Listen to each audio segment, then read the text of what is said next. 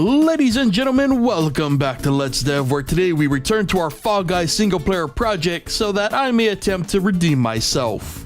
Indeed, last time the attempt to make a single player version of the Fall Guys minigame DoorDash didn't go as planned. In fact, it went very wrong with both the creation of the doors and the movement of the CPU-controlled contestants. It was a bold attempt that failed spectacularly, which wasn't completely my fault, but regardless, my pride has had enough time to heal and I'm ready to try again. So, once again, the plan is to create a version of the Fall Guys DoorDash minigame, and this time we'll try to learn and actually succeed where we failed last time. And in the end, we'll hopefully have redeemed ourselves and maybe find some new inspiration to possibly continue this project in the future. But let's not get ahead of ourselves, we've got a lot to accomplish before we can even look to the future, so let's get to the coding. Now we'll be focusing on creating our minigame under the same circumstances as last time. A few assets are carried over, but we're mostly doing this from scratch because not only are we now in the GameMaker 2.3 era, but most of the last code was broken anyway. So like last time, an array was created for each row of doors, containing just how many doors would spawn per row. Then a loop would run through said array, which is where most of our magic is gonna happen. But before we got to the complicated stuff, I just wanted to spawn these dang doors. And this would require a lot of math since I kinda wanted to spawn them in the middle of the game room. Eventually I was able to get the math right and we had our 5 rows of doors spawning in properly. So this meant it was time to stop stalling and get to the hard stuff. A DS list was created per row, which would contain the IDs for each door spawned. This was a major thing missing from the last time I attempted this. From there, I once again removed 2 random entries from the lists, which would serve as the quote-unquote closed doors for each row. And finally, because we no longer needed them, the lists are then destroyed. This did not work. It wasn't a good start, but the silver lining was the output was very similar to the last time, which meant that this wasn't a new problem and all we had to do was tinker around to figure out where things went wrong. The first thing I realized was I was trying to manipulate the lists while the lists were still being generated, so I moved all the list-based shenanigans outside the door spawn loop.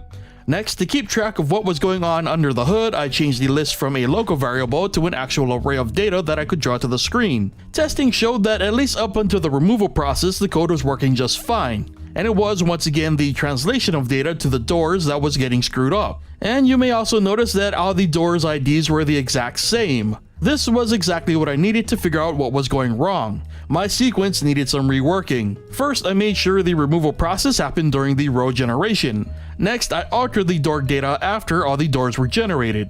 And finally, I used the DSListAdd function over accessors to add each row of doors to their lists. And these changes finally gave us the effect we were after, 2 open doors with the rest being full-on walls. And with the generation working properly, I could now use my door spawn function to build the fake walls for open doors. And there we had it, exactly what was supposed to happen last time.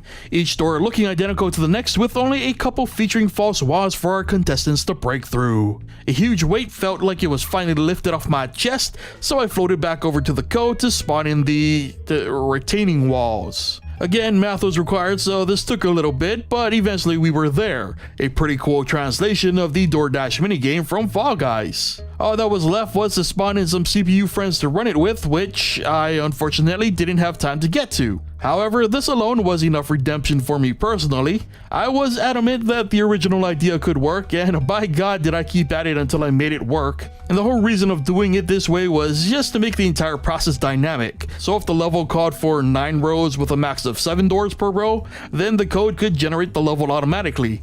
The trickiest thing about this whole process, and what also tripped me up last time, was simply keeping track of everything. There are so many moving parts that even if I had added notes to the code, it would have still been difficult to keep track of. The sequence of loops within loops that had to occur to do it the way that I did it was indeed convoluted and no doubt can be optimized. But it works and the final product doesn't suffer and it gets the job done.